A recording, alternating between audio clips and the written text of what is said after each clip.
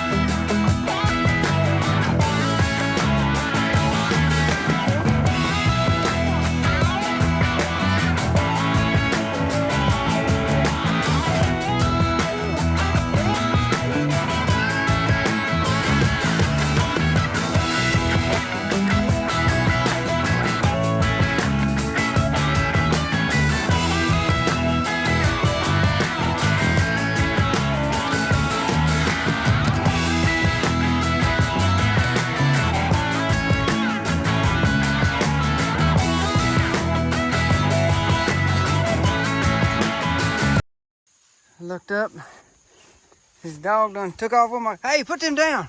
I need him. Hey, come back. Come here, dog.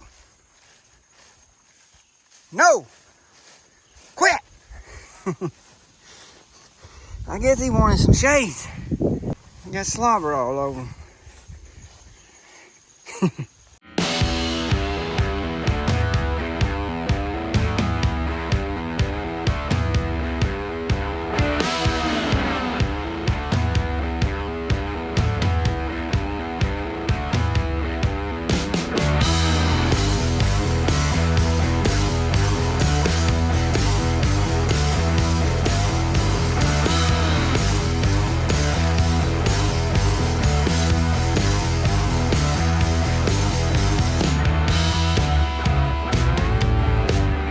Dog looks similar to Mr. Rick's Outdoors dog, Rosie. Y'all check him out if you ain't watching him. I turned the camera, my little GoPro cheap camera, off just because the battery was getting low. I started loading this up by hand. I got my ramps out and started rolling some up. I'm just getting short on time, so I don't even know if I'm gonna get the rest of this. It's got some rod at the end, and it's starting to get pretty nasty looking, gnarly looking. I'll probably leave it. And I better get my glasses before a dog gets them again. I'll finish this up. My darn chain on my 592 got dull. You can see all that dirt stuck to the wood. And it got kind of dull, and I run off and forgot my file. I may have to put a new chain on it. I did grab an extra chain. There's another log about this size over here in the woods. And I don't know if I'm going to go after them or not. I helped Daddy sell a bush hog. Guy's coming from southern Illinois. He's driving about 2 hours to pick that up, so I got a delivery to make. Hey, give me them glasses. Hey, put them down. Quit now. Shoot. This dog, it's cloudy. He don't even need glasses that bad. It's not even, I guess maybe I don't need them that bad. Heck, maybe I ought to just give them to him. Thank y'all for watching. I don't know what you're about to see next. Stay tuned. We'll both find out. Thank you.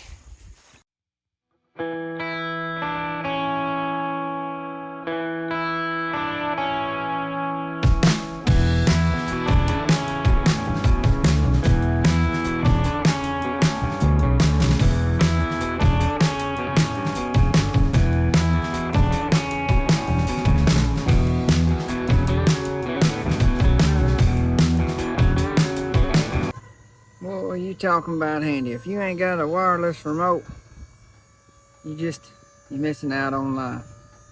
Super handy.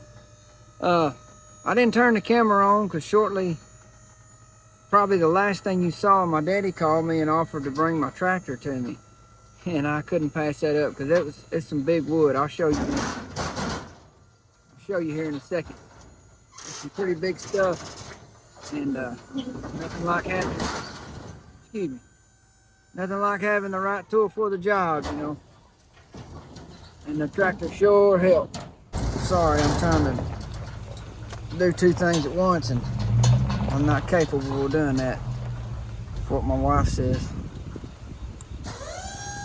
It's some good looking wood. I hate to pass it up, but it was getting to be some work.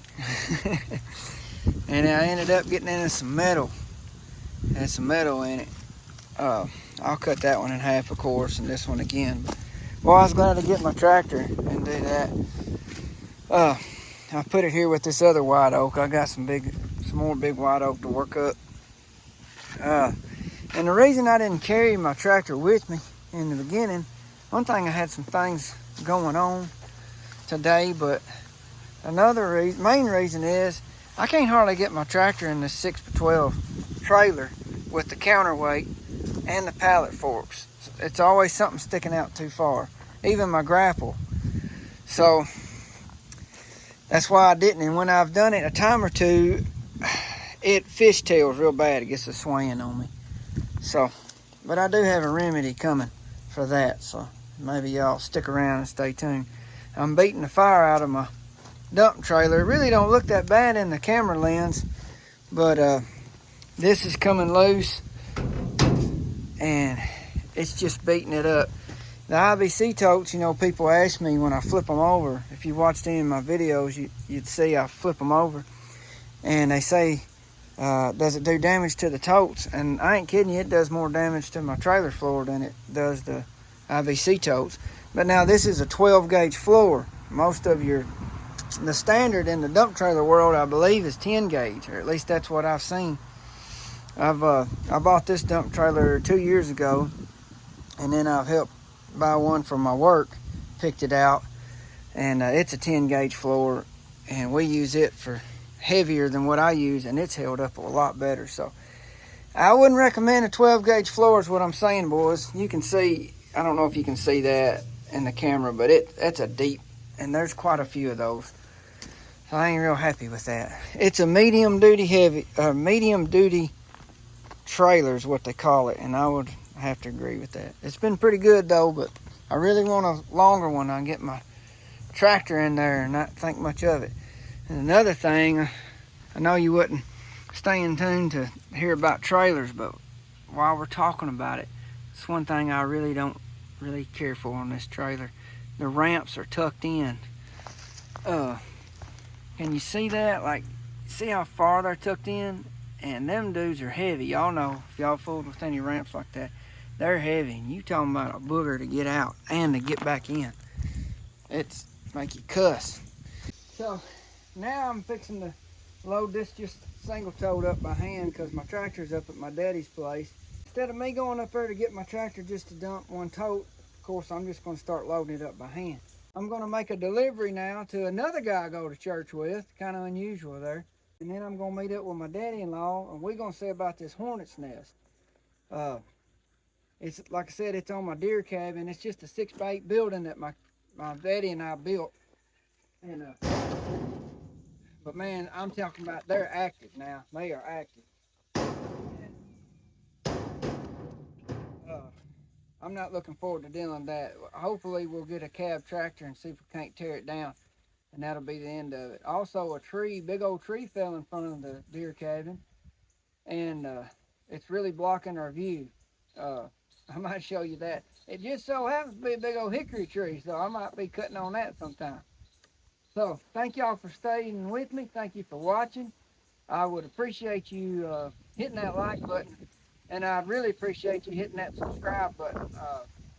I thank you for your time and just watching. And I know I'm not really good at entertaining or video editing, but I don't know. I like watching other guys like this, and maybe you do too. So here we go. I'm going to get this unloaded, and I may see y'all again shortly. Stay with me. Thank you. Oh, by the way, I forgot to mention what God did.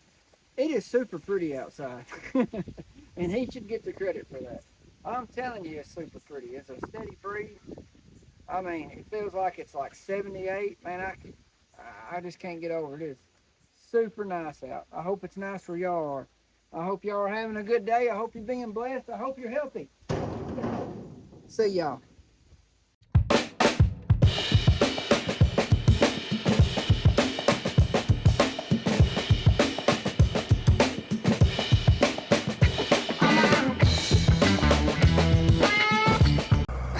Called in backup, got the big equipment out here again. This is this hickory tree fell by the deer cabin, we call it. And yeah, I got my saw pinched. Don't act like you never done it. We'll get it out here in a minute. That's 572 that's pinched. 592. I done run a file through it while ago and it's ripping again. They got dough on that white oak. All that dirt and mud caked up in it. It also had a little metal in it. Thank y'all. See ya. You can see how hilly it is back here. I'm out of breath just walking up and down, cutting all that stuff loose. And you talking about a bad machine down there. That dude's bad. And we'll see how it handles hornets. Here's what we call the deer cabin. And what's funny is I got a fake hornet's nest. I don't know if you can see it through that cloudy window. I've read on the internet, so you know it's true, that if you make a mock hornet's nest or a fake one, wasps won't build where a hornet's nest is. Maybe you can see it now if the reflection ain't too bad. It's just a brown paper bag. And I've done that in several buildings, and I don't know that it actually prevents them from wasps from building, but it does seem to help. I don't have much trouble with wasps, but I'll be darned, it sure don't keep the real wasps from building. See right there, probably about as big as a basketball. I got in there the other day and just opened the door inside and swept out, and man, they came. I don't see them too much right now, but we're fixing to see if we can't knock it down with that tractor. Y'all stick with us.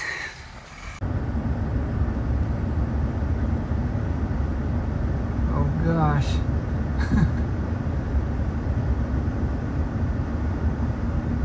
Good gosh. You know, oh wow. Well, he got it.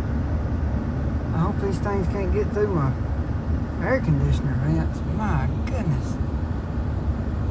You know, most hornets' nests are just like on a stem or something. This one's wide.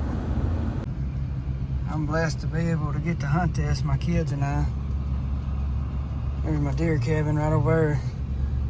the other side of that second hill over. That's my daddy-in-law on that big tractor there. Boy, some pretty country.